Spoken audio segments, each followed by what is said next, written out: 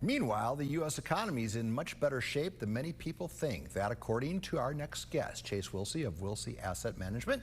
He joins us now with a conversation on this very topic. Sir, in preparation for our chat, I was looking at polls, and I was shocked to see, with a market that is roaring right now, you still have the Trump administration underwater for how they're handling the economy.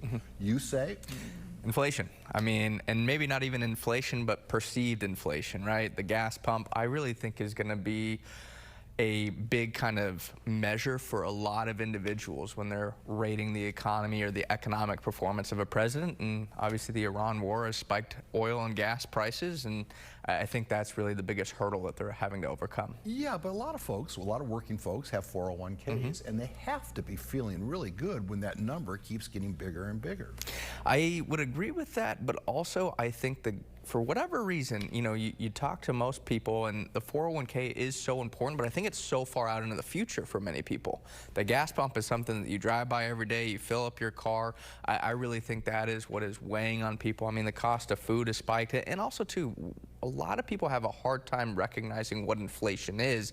It's the rate of change in prices. I'm gonna say not the absolute change in prices. So they'll compare back to like 2019 and be like, oh my gosh, costs have risen so much. We don't want deflation in our economy, but we had such a big spike in inflation that I think people still view prices as just too high.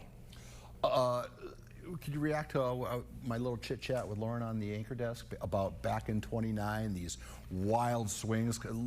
Look what was happening in just the last 8 days, business days, where the market was down 1,000 and now it's up 1,500. Should we be concerned about wild swings like that? You know, there are, I'd say, a lot of concerns out there. I mean, there's also a lot of positives. I mean, the economy remains on good footing. We got GDP out here last week, and it looked weak because, you know, the headline number is like 1.5%. That missed expectations. But what is really driving it is consumer spending was up 3.2%, which is a very healthy level. So the consumer remains very active, which is positive for the economy. The risks, to your point, is that wild volatility. It can cause problems, and a big factor that I still look at is the level of margin in the stock market. Explain that. Margin is, again, debt, so people are borrowing money to buy stocks. Take it as you will, but that is very, very risky. $1.5 trillion is what we topped in margin debt back in June. That is a huge level, record setting. It was up about 40–50% year over year. Well, that's where people get wiped out, right? Potentially, if things go sour. Exactly. I mean, we saw the failure of situational awareness, the hedge fund, last week because they were 4 times levered. I mean, that is just crazy. And a lot of people said that was a clearing event because, okay, well, he had to liquidate, we had to move on from it. My concern is that the only one, though? And with $1.5 trillion in margin debt, I don't think so. I think there's still some problems out there. Well, you bring up the D word, and how can we have this conversation without addressing the 800-pound gorilla that's looming there, our national debt? Yeah. I mean, when does that, since I was a teenager starting my learning about all this, I was told that the national debt is going to capsize the boat at some point, and yet we just keep plowing along. And growing debt is not a problem. The problem is the rate at which you grow.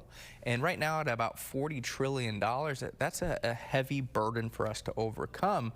But it's the continued deficits that I see as a large concern. Right now, deficits are still at about 5% of GDP, but we're not growing GDP at 5%.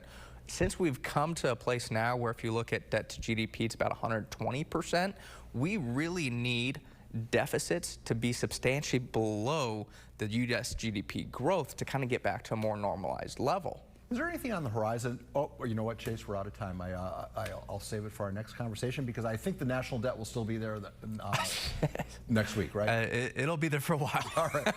But I want to find out, is there a way out of that? And we'll have that conversation next week with Chase Wilsey. Everybody, we'll be right back with more.